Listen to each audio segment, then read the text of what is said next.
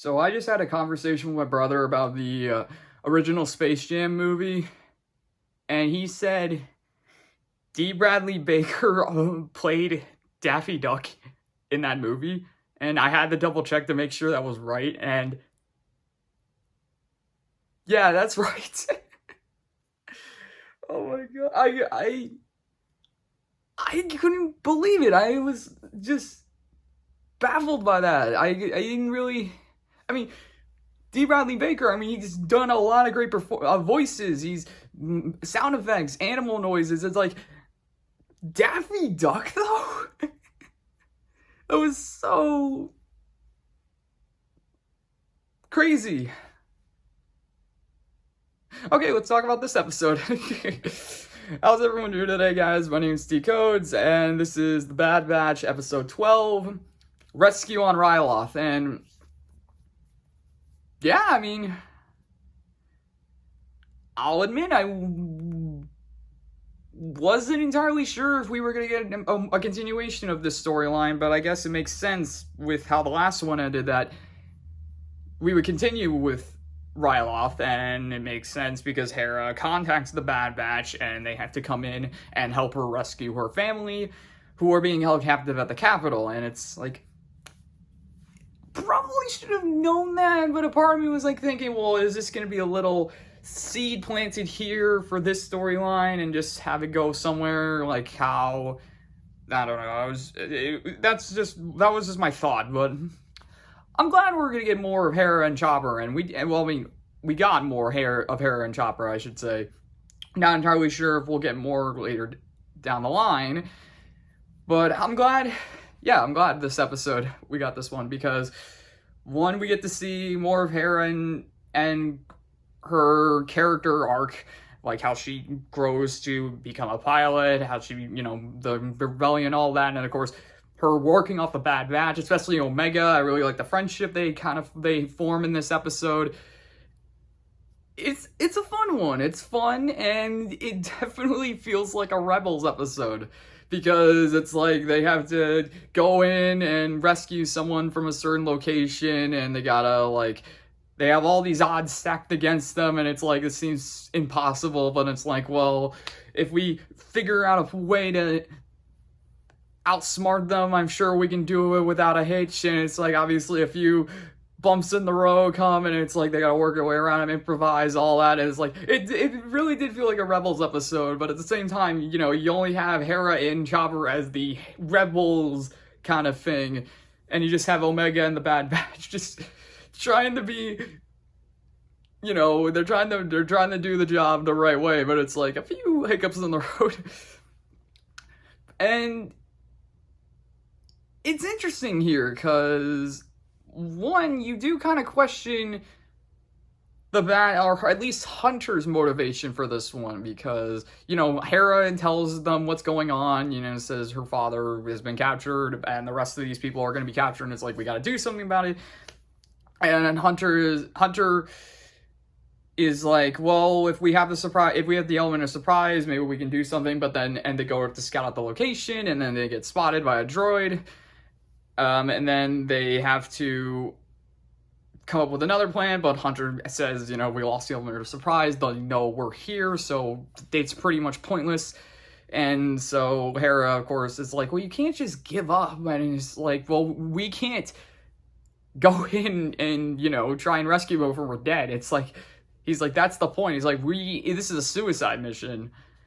And Hera is obviously torn by that because it's her family, this is her home, all that, and so she doesn't want these people to give up. And of course, she has a little moment with Omega. Obviously, Hera is questioning why Omega even stays with them. And I like this. I like how Omega refers to them as her brothers now. Like, they've had the different ways of saying it, like, defect, we're all defects, we're family and all that, we're a team, we're a squad, it's like all that. It's like, I really like that she does refer to them as her brothers, because technically speaking, they are her brothers, and it's really nice that we get that in this one. And yeah, so luckily for them, and yeah, even like Omega's kind of joke on this is like, oh yeah, Hunter will come around. We just gotta get a good plan here. And luckily for them, with Hera knowing her home planet like the back of her hand, she knows exactly what to do, and that being go to the refinery, cause a little chaos, force all the troopers at the capital to come into the refinery for backup, which would leave the capital slightly unguarded, which would give them the chance to break in and break out her family, which is exactly what they do. They go in. I love Chopper in this one too, because he goes in and he sneaks his way in, and you already see his little like attitude doing it, and he tries to hack in, and I love how he can't do it, and Hera's like, you said you could. It's like, I love Chopper just beeping out, doing all of his like sounds, and you're trying to figure out what exactly he's saying. I've seen so many people try to like do subtitles for him and try to figure out what exactly he says, and it's kind of funny. But unfortunately, yeah, he gets caught, so it forces Hera and Omega to go in and cause a diversion, and their diversion is hijack a Imperial ship and just cause chaos. And I love Hera in this. I love how she gets in the ship and it doesn't come natural to her at first. Like, the ship is literally spinning out of control. And I was like, are they gonna crash or have a very exciting landing, as she put it in Rebels? But she gets the hang of it, and once they take out the cannons, Echo, Tech and Wrecker come in on their ship and they start blowing stuff up. And I love Tech's way of describing Hera's flying, like, your unpredictable maneuvering is confusing them. Because, I mean, obviously Hera, not really knowing how to fly this particular ship, is still getting the hang of the maneuvering, so of course she would be doing things that they wouldn't expect, because she herself has no idea what she would be doing.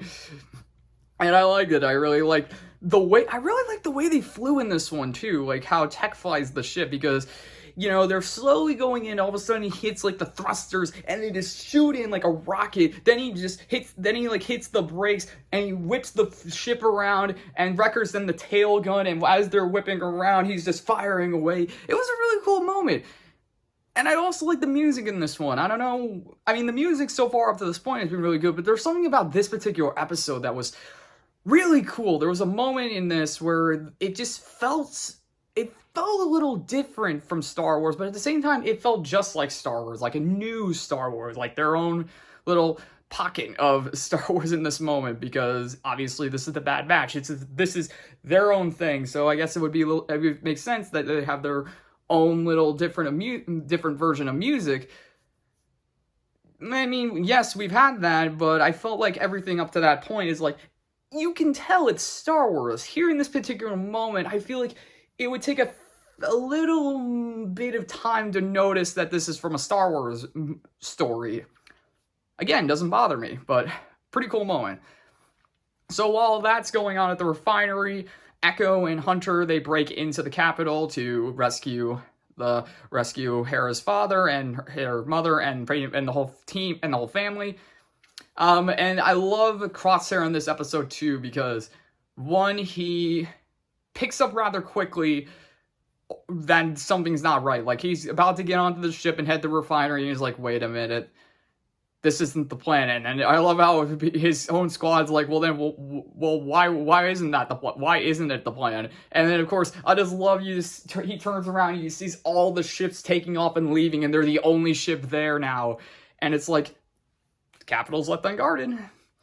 But Crosshair is obviously, knowing his squad, knows that they are doing something else, and it seems like Hunter and Echo are falling into, and Hera's family are going to fall into a trap. But then the clone Hauser, I don't know if I screwed that up yesterday when I was doing the episode 11 review, but if I did, sorry about that. But Hauser, the one clone that doesn't seem to be affected by anything, comes in and says, one, they're falling into a trap, so they gotta escape in another way, and they do, and they ask, what is he gonna do? And he said, I'm gonna try and convince the squad, my team, to rethink about what we've been doing. And he goes out and I'm gonna say it, I thought it was gonna be like a Red Dead Redemption moment because, you know, he walks outside, you just got a whole army, you just got a whole squad of troopers, some with shields, others with blasters, and then you have Crosshairs in the back with a sniper.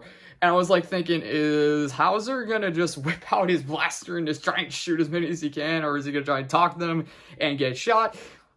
And I like this. I like this moment where he gives a speech about, obviously, like, they came to Ryloth to protect them, and now they're just, that's not what they're doing anymore. So he's like, this is wrong. We gotta stop this. Who's with me? And I like that there are a few clone troopers that actually stand with them. They drop their weapons and they stand by him. Well, they don't stand by him. They don't walk up with him, but they'll throw down their weapons and basically agree with them on it. And it caught me off guard there. I didn't think any of them would. I thought they were all, at this point, the good soldiers follow orders troopers, but here they're not. And a part of me wonders if these are all regs, or maybe these are just clones that have been unaffected by Order 66 as well, and they just think, yeah, this is the right, maybe what we're doing is wrong, and all that. But Crosshairs has them all arrested, and it seems like that's that. But Hera and her family, they're able to escape with the team, and they go their separate ways. Hera and her family, they go off and they'll seemingly do something. Obviously, they gotta go and free Ryloth. And the Bad Batch, well, who knows what we're gonna do after this, but for now, really enjoyed these. I really enjoyed this episode. I really enjoyed this 2-episode storyline. Again, I didn't expect it. I didn't expect we would get any more of Rebels, but I'm glad we did because it opens the door for possibilities of maybe seeing Zed, maybe seeing Sabine, maybe seeing other characters from Rebels, and maybe we'll see characters from Clone Wars as well. Like maybe we'll see more Mandalorians. It's a nice little moment there to be like, hey, we got these characters, maybe we'll get more. I mean, obviously we had Cad Bane show up, so that was cool, and then Fennec also showed up, so that was awesome as well. But we're on episode 12. This was episode 12 of 16, so we got 13, 14, 15, 16. We got 4 episodes left, so who knows what's going to happen after this. But, yeah. That's all I got for this one, so... Oh, wait, completely forgot. Episode ends with Crosshairs getting the confirmation to go hunt the Bad Batch. So that's probably what's going to be this last storyline for the most part. Crosshairs hunting him down, and maybe either they'll save him and remove his inhibitor chip, or they'll have to... Okay, this is a weird way they ended. So, hope you guys enjoyed the video. If you liked it, leave a like. If you want to leave a comment, leave a comment. And if you want to subscribe, subscribe. You don't have to. I'm just saying. Thank you all for watching, and we will see you in the next video.